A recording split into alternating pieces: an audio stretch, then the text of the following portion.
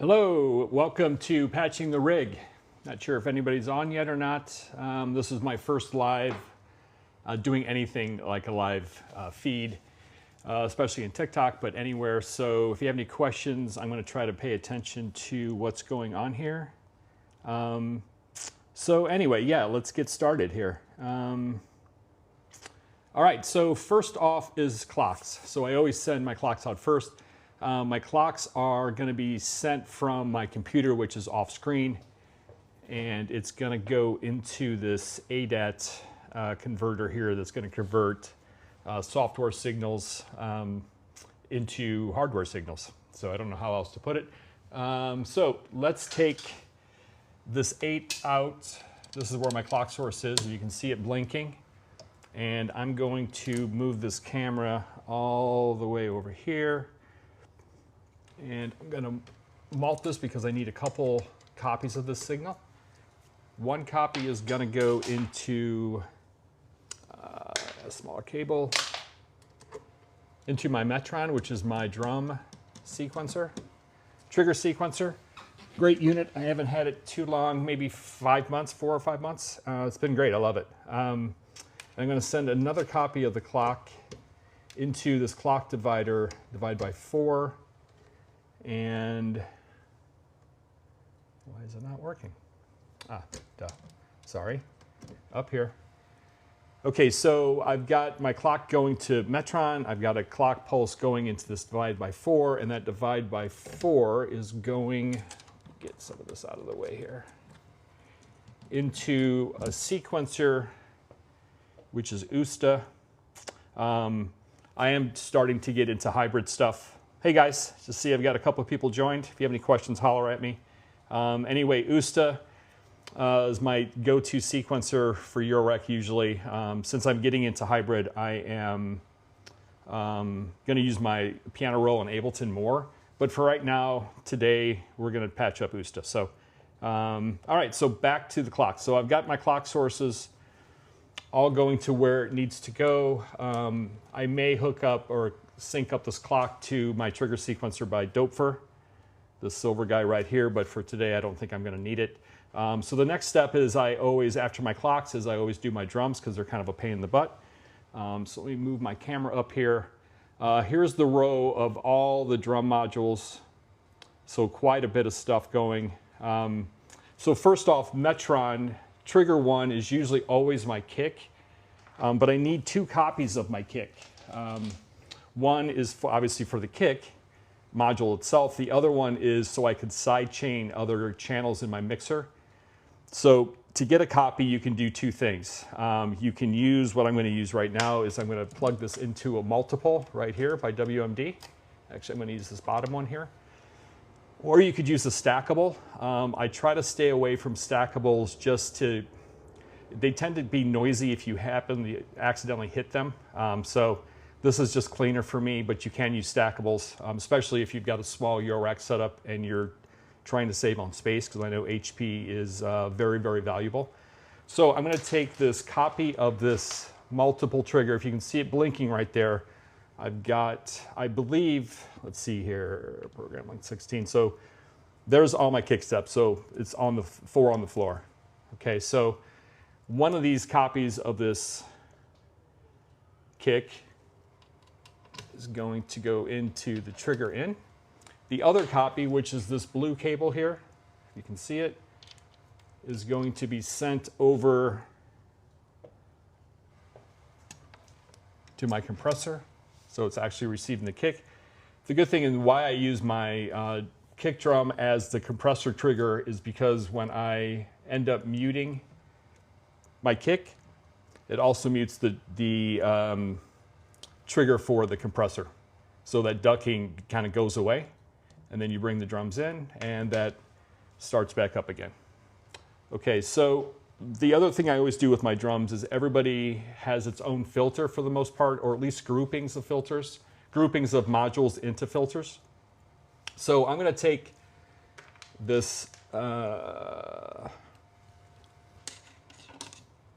kick drum into a filter.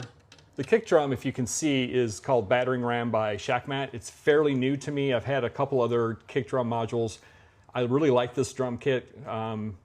It's got a 909 style kick, so that's kind of what I've been going for, but it's got a good drive, it's got a good decay, it's got some effects on it, it's got a click on it, and it actually has its own trigger source for an inverted envelope, so you could duck with this. So I don't really need a compressor to duck. I could use this module itself. So something to look into if that's what you're looking to find. Into this filter here, this is by Erica Sitz, and it's a DJ style, low pass, high pass. So this output, again, I'm gonna need two copies of this signal. So I'm going to use a multiple again. The reason why I have two copies made is one, which is going to be this cable right here, is going to go straight into my mixer. Let's see here, sorry. So it's going to get its own channel right there, and it's coming through. Of course, I don't hear anything. We will figure that out in a second. There we go. Now you might be able to hear it. So let's mute that for now. The other copy of this is going to go, let me find, it's going to go into my effects. So what I do, and I learned this from Colin Benders, so if you guys are into Colin Benders or have never heard of him, check him out. He's a master at modular. Anyway, so I'm going to send a copy of this kick into this matrix mixer. And this is a 4x4 mixer, so basically when this gets routed, I have my kick, my toms, my snare and claps, and my hi-hats all getting plugged in here, and these outs are gonna go get sent through all, or at least 4 of these delays and effects up here. And that way I can control, for instance, if I had a delay plugged in here, just turn this knob up, and you'll hear the delay start to come through on its own dedicated channel. So on my mixer, I have a dedicated channel. The last 2 are dedicated just for effects. Just seems to be a little bit cleaner. Again, I learned this from Colin. I really like how he does everything. So I just basically ripped him off or copied him, which is what all artists do, right? Okay, so trigger 1 is the kick. Now we've got these groupings here, which I have a snare drum, let's see, snare drum, a clap, and a sample-based clap kind of module by WMD. Sadly, they don't make it anymore. It's a really cool little module. These 3 are in a group, and that group is going to be mixed into, going into a mixer so I can blend all of these signals when they go when I put them into a filter. But first, let's hook up the triggers. Trigger 2, I don't use the snare drum that much, so I'm gonna skip the trigger for this for right now and just trigger my clap. And then I've got 2 triggers for fracture. So that's gonna be trigger 3 in Metron and trigger 4.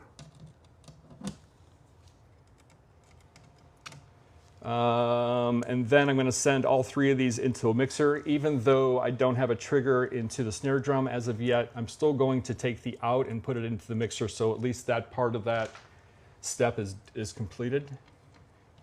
So I'm not sure what trigger I want to use for my snare drum yet. The reason why I'm skipping this is because with Metron, if you guys don't know or don't really know this module very well, there's 16 triggers, but you have pages of the first 4 are right there. The second 4, 5 through 8 are there, 9 through 12, and 13 through 16. So I'd rather be on page 1 and be able to go, okay, that's my clap, this is fracture, so it's just easier instead of having the snare drum, the clap, and part of fracture, 2 inputs on 4, and then switching a page and going to 5 to be able to manipulate those triggers on this module here on fracture. It's just easier to go, I'll just figure out where a space is for my snare since I barely use it. So try to keep everything as organized as I possibly can. As you can imagine, as you start to get patched in, wires going everywhere. Sometimes it gets confusing even for me. You go, what the hell was I just doing? So the clap is going into the mixer, and even though I don't need to, I will. But Fracture has stereo. I don't need to do both left and right, but I might as well for today. So the left and right outs going into the first 4. Now I have 2 signals here. If you can see on this Doepfer slimline mixer here, I've got 2 outs. Both of these are mono. So one is going to go into, I'm sorry, I'm going to use one of these outputs here. And I'm going, of course, that doesn't, not long enough. Hang on. All right, so this out here is going into, I've got a quad filter. And this quad filter is a company called Vostok. I think they're out of Spain or Portugal. Really cool little module, but it's 4 individual filters, which is perfect because I have 4 groups of drums that I want to use one filter for. I think it's 16 HP, so plenty of room. So it's going to go in. And then this out is going to go into another Doepfer mixer. And you'll be able to tell here fairly shortly that I have a lot of mixers. When you have, the bigger the rig, the more mixers you're going to need. The more multiples you're going to need, or more stackables you're going to need. All right, so out into this mix. And this Doepfer mixer, one is going, I'm sorry, gosh, it's like the first time I've done this. So we're going to make a quick change. So I am going to use a multiple with this. I'm sorry. And I'm going to take one multiple. Of course, this isn't long enough either. Hold on a sec. So one multiple is going to go, or at least one copy of this is going into the matrix mixer. Right here. Whoops.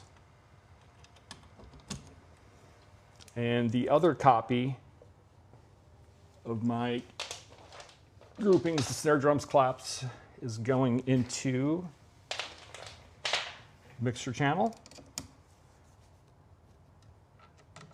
There we go. So it went from the grouping of hi-hats, the groupings of snare drum, claps went into the filter. It's going out 2 different ways. One is getting, the copy of this is going into my mixer right there, if you follow the orange cable. The other one is going into the matrix router for effects later on. The other thing I always do, if you see these faders here, right here, is I always use these faders as kind of extra hands, because again, when you get so much cabling wired through with a completed patch, it's sometimes hard to get your fingers through. And this Vostok, it gets really hard to kind of manipulate where this filter knob is, as you can tell. So I'm going to take this fader, and every filter CV is going to have its own little fader. So fader 1 here, which is right here, is going to be my kick drum, and that's just getting plugged into the CV input of my filter right here. So I've got the CV level cranked. I've got it started in the middle, so there's no filter going on. And then my filter, or I'm sorry, my fader has 3 different sections, which is really hard to see this, but it's basically, if this little knob here is pushed up, it's 0 to 5 volts. If it's in the middle, it's 0 to 10. And if it's in the bottom, it's plus or minus 5. So this fader here being in the middle is the filter being in the middle. So if I want to bring the filter cutoff down, or if I want to bring it up, you get to those clicky sounds as I start to filter it up. So in the middle, and this is on, or not being filtered at all. The second filter here, or second fader, is going into the frequency of my first filter. And so it does the same thing. So this is plus or minus 10, so I'm basically taking it from 0 all the way to 10 with the use of my fingers. So very handy. But again, it's because I have the space to be able to have this in there, so I'm fortunate in that case. But if you don't have it, you've got to use your fingers, or find a different way to do it. With modular, there's always 1,000 different ways to do stuff.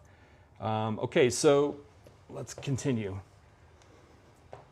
All right, so we're going to talk about hi-hats. So I have multiple different modules for hi-hat sounds, either blending them together, just getting your ears get used to a certain sound. It's nice to bring things in and out.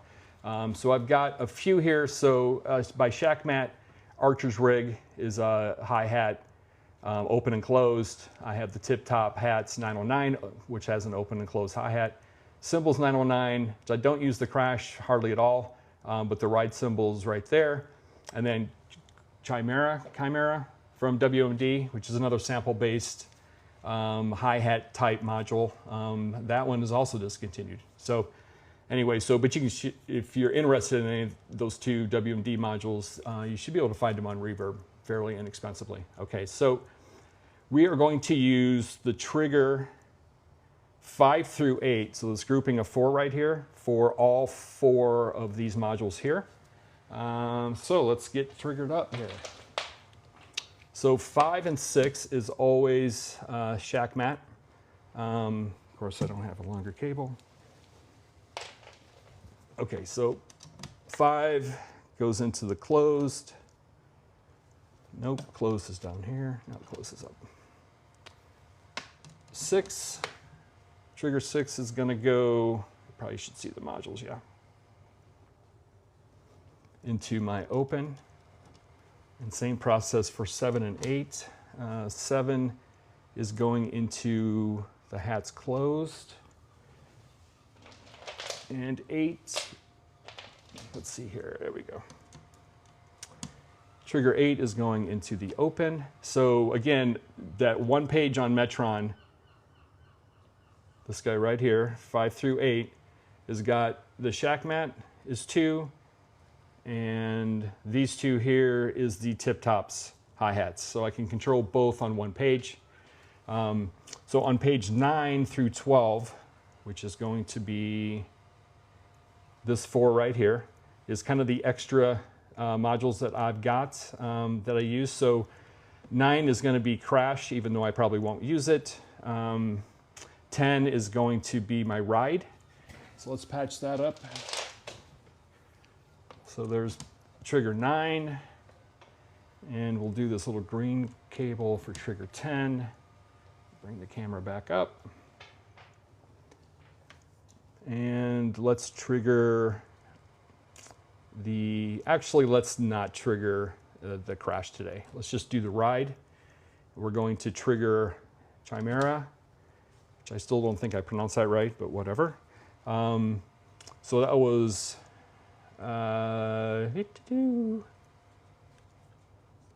yeah, 9 and 10. So 11, I think I'm going to repatch and use 11 for my snare. There we go. And let's send all of these is going to get grouped again, just like I did with the snare drums and claps. I put them into a mixer, same with all the hi-hats, except for Archer's Rig. So this one actually has a filter built into it. So I usually will bypass and put the Archer's Rig past the filter, and I'll show you that here in a second. But let's get these 3 modules here into that Dope4 mixer. So fairly simple.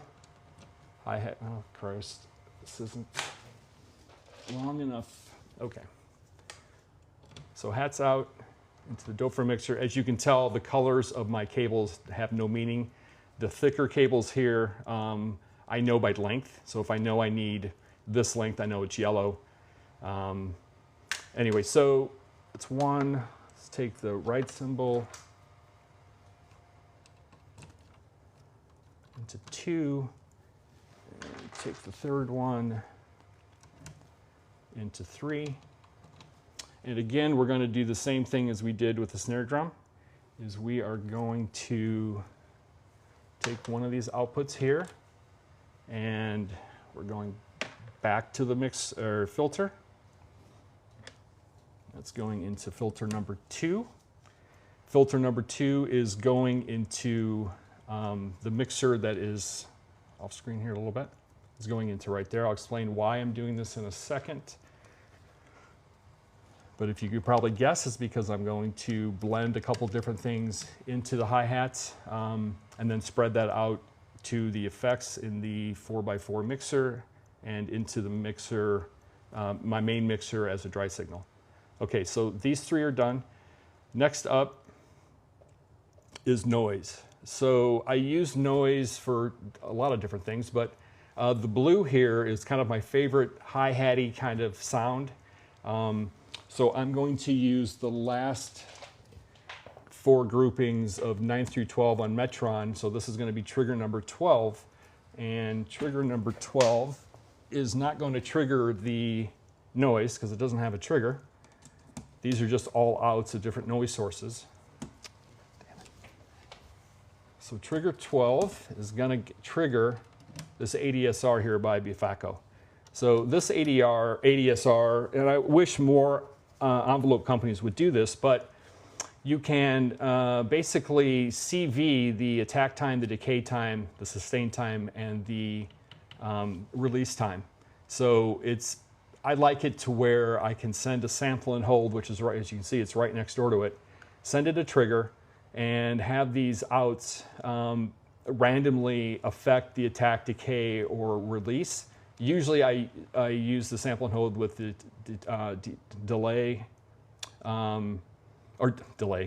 decay and release, just to get a little variance, a little variation of the sound. So this might get a little confusing, but the blue is going to go straight into its own filter.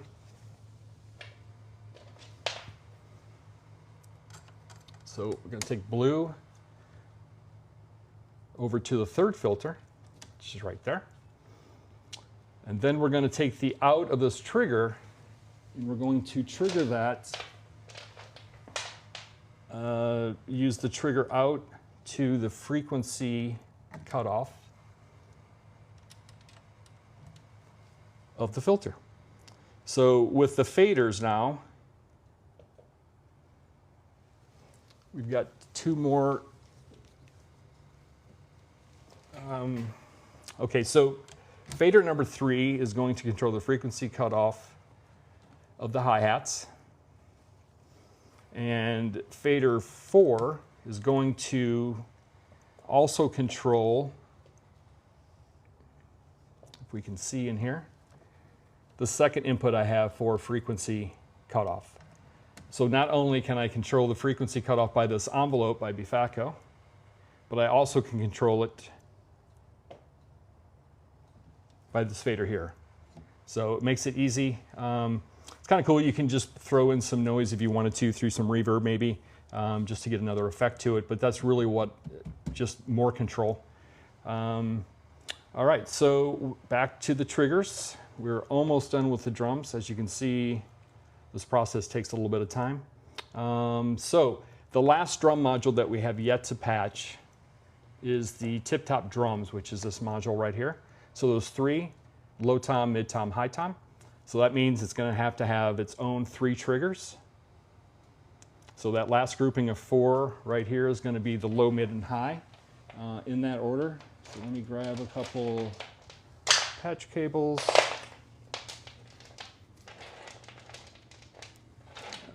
Of course, it don't have me long enough. Okay, so that's going to be my low. Trigger number 14 is going to be my mid.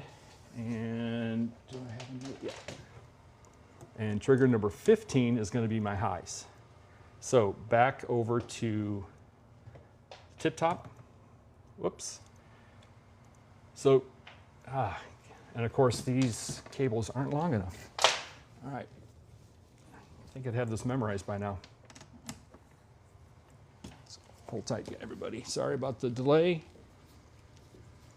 It's all part of it, right? All right, so gate in, low, trigger number 13, trigger number 14.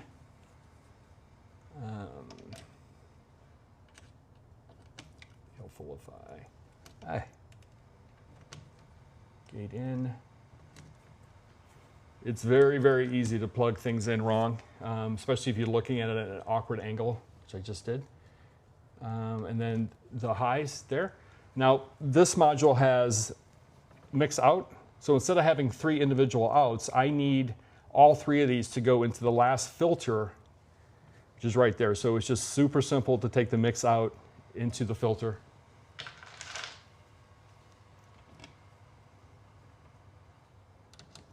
Filter in, and that out, you guessed it, I'm gonna have to split the signal.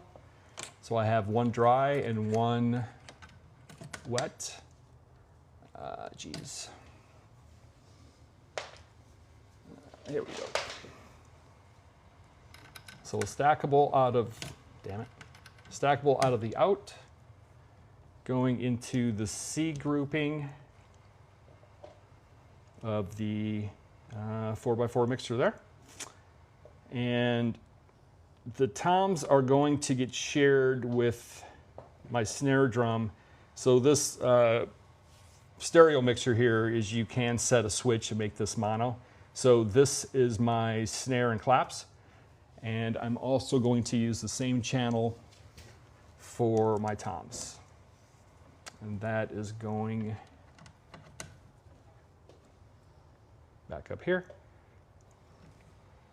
So there's the toms into a filter, filter out into the effects end, and the other one's going straight into my main Frap Tools mixer. But we forgot to do the hi-hat, or the noise. So we're going to take the noise out and put this back into the mixer to the right.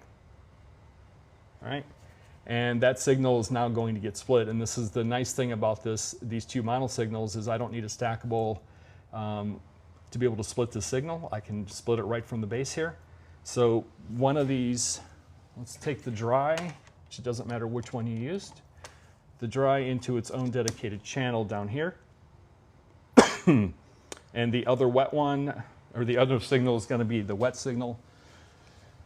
And we're going to send a copy of this back over to the A grouping of my mixer, or my 4x4 mixer. So there you go. So there's all the drums. Yeah, so that is kind of a pain in the butt. I usually will always unpatch my rig on Saturday night maybe, and then Sunday to repatch everything, just to see if there's something else I want to try, some new ideas. Like I just learned a neat little trick with noise and a filter. If you are, into a filter, but you barely move the CV voltage, and it just gives you this warbling sound. But it's tiny amounts. I'm not sure if I did it on software, but I'm not sure if I can accomplish that on hardware. So, okay. So first things first, let's do the voicings. So we're going to use Usta here. Usta has basically voice 1, voice 2, voice 3, voice 4. The left column here is going to be my CV volt per octave, and this is going to be my gates. And because I have so many cables and wirings, it is usually easier for me to take advantage of these gaps here and to shoot these wires under the gap, wrap them back around the back side of my case, and then bring them back in. But for today, for this tutorial, I'm just going to use, I'm not going to do that. I'm just going to patch it so you guys can see. So we're going to take voice 1 here. Let's see if this even, it'll reach. And we are going to patch up my first voice, which is AGH synth. So with this glide module, when it's on the same bus board as the other voices, the CV, the note information from Usta, is sent into the glide and noise, but it's also passed through the bus board to these 2 modules, so I don't have to patch out and then mult or use a stackable to go the VC1, or volt per octave. So it's a step that it skips. So if you see that plugged into the glide and it's like, well, he doesn't have any pitch information going to his oscillators, it's actually going through the bus board. So let's make this fairly simple. we are going to take both of these oscillators, and since this filter here, which is fairly new, I've had it about a month and a half, I love it, only has one in, but I've got two oscillators, so I have two choices. Either can use a stackable or a multiple, but in this case I'm just going to use a stackable. And plug you into, I'm going to use the saw wave into in. I'm going to grab another short cable and take the other saw wave to the in. So it's going into this multimode filter. Right now it doesn't matter what filter setting I have it at. It really doesn't matter what I'm going to do. Depends on what this voice is actually going to become. Usually this voice here is one of my leads. So if I know that, let's actually do a high pass 2, low pass 1 setting on this. We're going to take the output here and throw it into audio in of this VCA. And I'm going to need a gate signal now from USTA, and that is going to get plugged into my gate input here on my dual contour generator, which is an envelope. It normalizes, so one gate has both of these gates, or both of these shapes are going to get sent out of both 1 and 2. If I have another gate, I can override it and have two separate ones, but it's the same voice, the same gate, so I'm going to use one gate and control two envelopes with that. So one envelope is going to be for my filter here, into the filter cutoff right there. Sorry about my hand in the way. And the other one is going to go and control my VCA. So out 2 going into CV1 right there. And now we need to send this VCA out. We're going to do the same thing, same situation with my drums where I needed 2 copies. So I'm going to take this VCA signal of voice 1 into a multiple. That's why that multiple is right next door to these guys. So this out is going into this multiple here, and this multiple is going to get sent to 2 places. One is my second 4x4 mixer. This one is way much smaller, by Yuhi, it's called Civilization, right there. So I have 4 voices and I have 4 channels here. So voice 1 is here, voice 2, voice 3, and voice 4. So we're going to go back up to my multiple, and we're going to take 2 copies. Copy 1 will be this blue cable. Copy 2, this gray one, right? So here's the 2 copies. We're going to go slide back down here, and we are going into input 1, and we're also going into my Frap Tools mixer, and since this is voice 1, it's going to have channel 1 right there, and I think you might be able to hear that. So musical, am I right? Okay, let's hold on a second. Sorry, let's mute that channel. Okay, so just to kind of recap here, my note information is going into my glide, which is the glide is actually sending the volt per octaves for the notes to each oscillator, goes into a filter, the filter goes into a VCA, and that VCA is being controlled by an envelope. That signal is getting pushed into a multiple, so I'm going to have 2 copies of it. One copy going to my effects mixer. The other copy is going to directly into my, for a dry sound, into my Frap Tools mixer. Okay, so voice 2 is up here. It's the same setup. I'm not going to patch it because once you saw one, you don't need to really, do you really need to see me do it 3 times? Probably not. So it's going to be the same setup. The difference between this AJ setup here is all with the filters. So this filter here is a diode ladder filter, but I also have a ring modulator submixer here. You have the same problem here where you have one input and I have two oscillators, so it makes it a little difficult. So this one is, I use the ring modulator quite a bit for my support lead, or my secondary lead, which is what voice 2 usually is. Sometimes I use it as a bass. Depends on the patch, depends on what I'm feeling, but I do take advantage of the sub, which is, or the ring modulation in here, which can do some really cool things, especially for EDM, techno type things.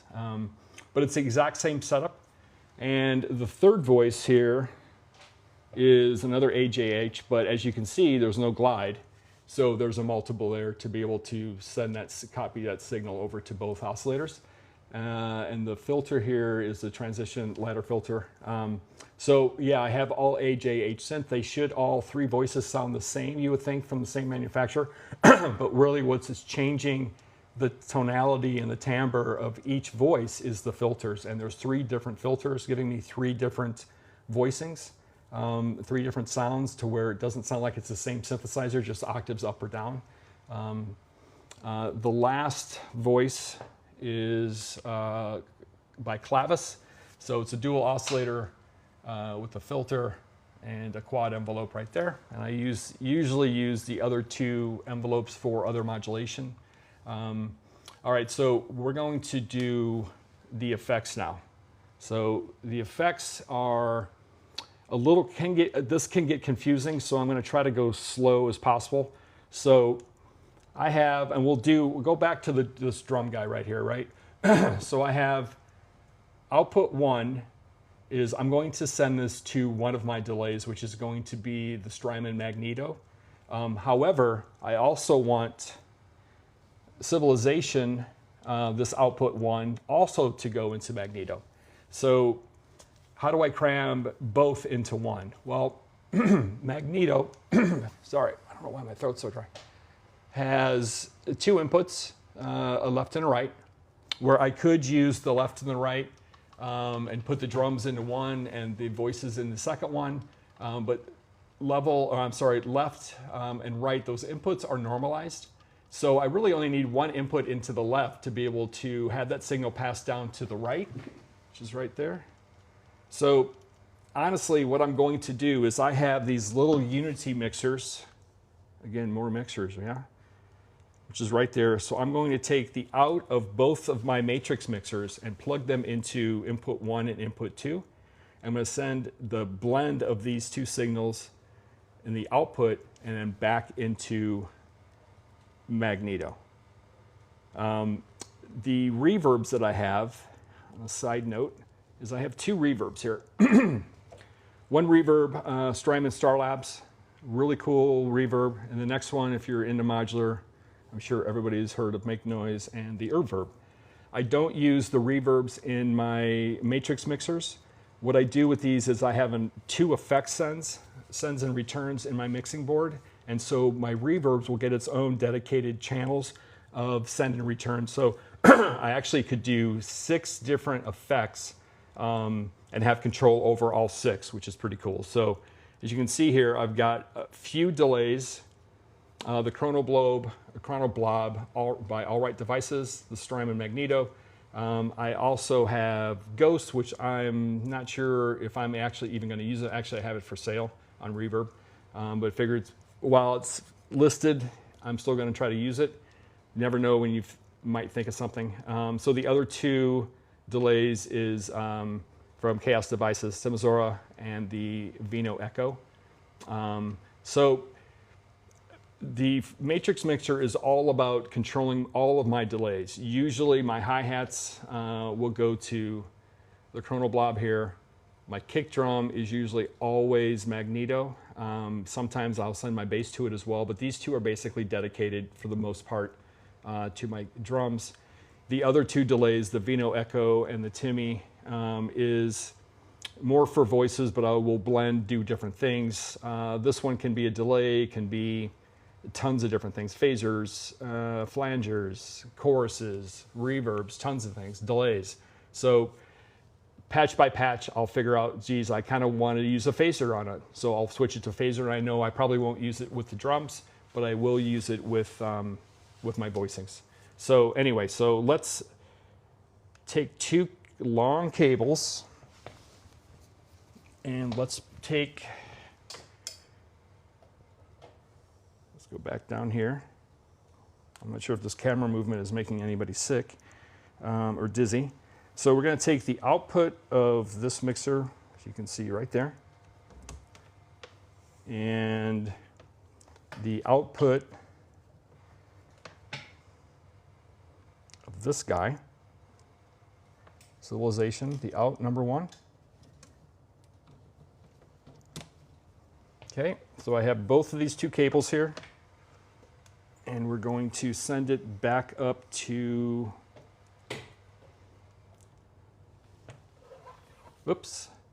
back up to this mixer here. So there's my drums, there's my synth voices, and now I'm going to take the output of this right here, and instead of going into magneto first, never mind. So we're going to take the out here and into magneto, which is up there. And if you're thinking ahead, I have 4 of these modules and I've got to send them into one stereo input on my mixer. So how do you do that? What would be one option? I mean, there's millions of different ways, a modular to wire things up, but this is how I do it, is I use an 8-channel mixer from Nano Modules that I go channel. This H channel is the left, the Y channel is always the right. So I'm going to take 2 shorter cables and let's go back over to magneto.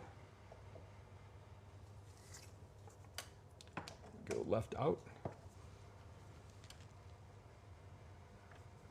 right out. Okay, so there's the 2 signals. It really doesn't matter. I mean, not really, but it does because I'm like that. So the left into H, the Y, you little, damn it. Hang tight, sorry. Of course it didn't reach. Into the right out, okay? So I take the H out and the Y out separately, and that's going to get fed into the last mixing right there. So take 2 more cables.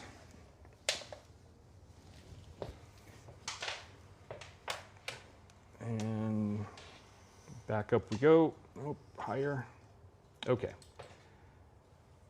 So pink is left, white is Y, and those guys, let's see if I can just tip this guy down. Ooh, looks like a long ways down. It's actually not that far. Into the 2 stereo channels here. Now, with all that being said, we should hear, and this is a good tip, and I don't follow along as I should, but since I have all my drums set up, let's kick on the kick drum. So if you guys can hear that.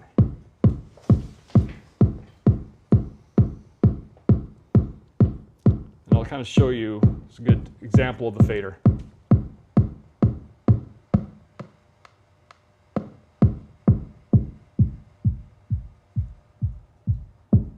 Right? So if I ever want to kill it and don't want to be too lazy to reach over to Metron and mute it, you just mute it like that. Super simple. But let's see if Metron and the effects we've patched up is actually going to work. So it's going to turn this knob. And there you have it. You should hear that delay. There we go. But let's take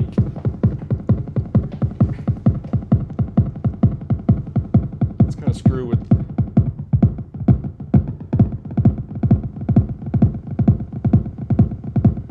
that's good for right now. So the good thing is, and what I try to do is once I have 1 or 2 things patched up, I usually will make sure the routing is right, and all of a sudden if you don't hear anything, you're at a point in the patch to where you can quickly fix something.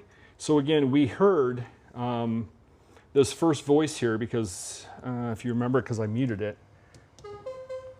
There we go. Beautiful, right? So let's see if this synth voice can be heard on this channel here. So we just press it, and then we're going to, and there you go. So they both work. So the patch is set up correctly. Let's mute this again. I know it's so musical that you probably want to keep listening to it. Yeah, so I mean, basically that is the gist of how this rig is patched. If I was going to patch the whole thing, we'd be here for 2 hours probably. Let's talk about, real quick, let's talk about modulation. So I don't have a huge amount of modulation. You would think with this size of this eurorack kit that I would have a ton of modulation, but I really don't have a lot. I have a quad LFO here, Mod Medusa from ShackMat. I have DivKid's 8 LFOs right there with the expansion, which I really, really like this. Sample and hold, you get random triggers, random waveforms, and like a comparator to where the waveform is unipolar, not bipolar, which is great for keeping it above 0. And then Zadar is a crazy quasi 4-channel envelope with an expansion where I can fire the envelope with these buttons here. Most of these modulation sources are going into my drums to add some life and character to it. Some of it goes obviously to my voices, and I've got the random step here, even though I use these 2 outputs to this ADSR mixer here for my noise cymbals, quote unquote. I still have 4 other things. So the one thing I did forget to patch in relationship to the drums is I have 1 channel open, and that channel 16 is always, let's just patch it in now, going into my sample and hold, into that trigger bus right there. Let me get this thing lit up. And you should see things moving. Oh, hang on. There we go. So you see the little lights blinking on and off. So the plus 5 volts right here is going, it will end up going into my decay time, because I really only want to move it up a little bit. So we're going to plug that into there. And then this guy to the left is plus or minus 5, I think, 5 or 10. And that one is always plugged into my release time. And my release time, I just like it to where it has that where it'll lengthen that just a smidge, just enough to give it a little bit more texture, have your ears catch up on it. Lastly, before we finish this, is the last modulator is the planar joystick, which is really cool, does a lot of cool things. I don't use it a ton. I need to actually spend more time with this. There's that. Oh, one other thing. So let's go back to this compressor here. So I've got this trigger on my kick. Hey. There we go. So I want to send this envelope, which is this envelope out, which is right there. And I want to be able to sidechain, let's say voice 1, with that envelope shape. So since I have 8 channels here, I won't sidechain my effects usually. I won't obviously sidechain the kick, but I will sidechain the hi-hats. I will sidechain the claps and snares, but very rarely are they ever on the same beat as the kick, so I probably won't do that. But the 4 voices here, these 4 voices here are going to get sidechained for sure. So what I usually do is I will take my envelope out of this compressor, and I'm going to throw this into a multiple. As you can see, the multiple just lit up, knowing it's time to go to work. And we are going to make copies of this envelope. Let's take number 1, number 2, number 3. We'll just do these 3 for right now. And they're getting plugged into an attenuverter. because I want to be able to control how much signal strength is that envelope shape is actually creating for these sidechains on each individual channel. So if I want more, let's see here, more or less, I can change the offset or the level and kind of change the strength of that sidechain ducking to some of these synth voices. So the outs on asset are going into each individual channel of the mixer. So let's grab some cables, get that taken care of. Whoops. So one, let's just send it into voice one. So it's going into this VC input here. So yes, I can control the VC level here, the amplitude of the actual channel with this little knob here, but there's no way to control with this knob here the shape of this envelope. So I need something to minimize or squish that envelope shape to get different ducking effects, whether I want to duck it really, really hard to where it's really noticeable, or if I want to do just light to where the kick is still coming through, but the voices are not on top of it per se, but they're close to it. So anyway, so channel 2 here is going to go into voice 2. Channel 3 is going into 3. The one thing I probably will do is I will take my hi-hat signal, which is right here. Let's see, out of the Dofer here, and I may elect to throw it into the actual compressor and use the compressor to actually compress the hi-hats, just to kind of keep that grouping normal. So I may do that, I may not, but for today, I'm just going to bypass it because I'm going to have just a little bit of fun and just making some music. Yeah, so there you go. So there's basically how everything is patched in. The modulators are the last thing I do, and well, there's two things I do that I always wait until I'm patched up with. So one is tuning my oscillators. I could tune them now, and I use to tune them this data Mordex right here. Tuner. But the funny thing is that, or the thing that I have noticed, and I'm not sure if it's just because of Usta, is it, or is it everything, that if I plug this in and see what it's kicking out, so let's go back to C3 and tune it to C3. And if I take Usta,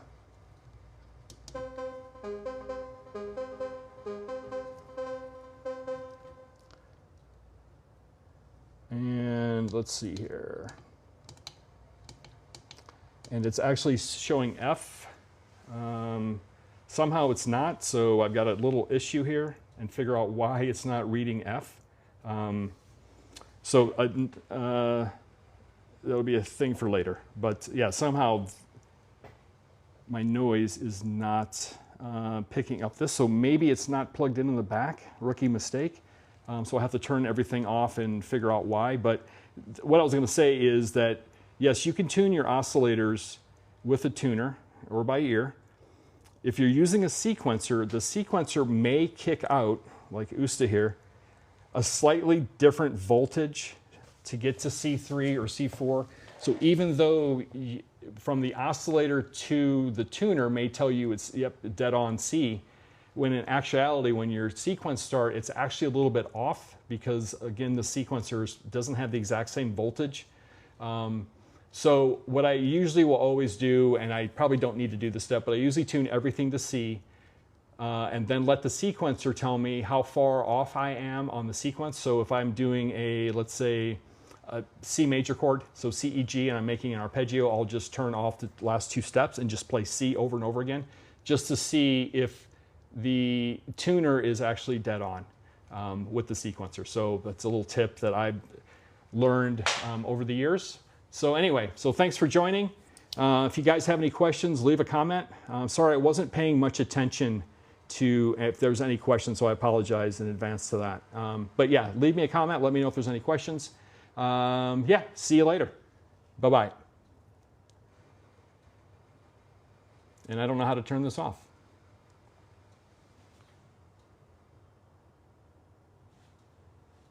Yep, still don't know.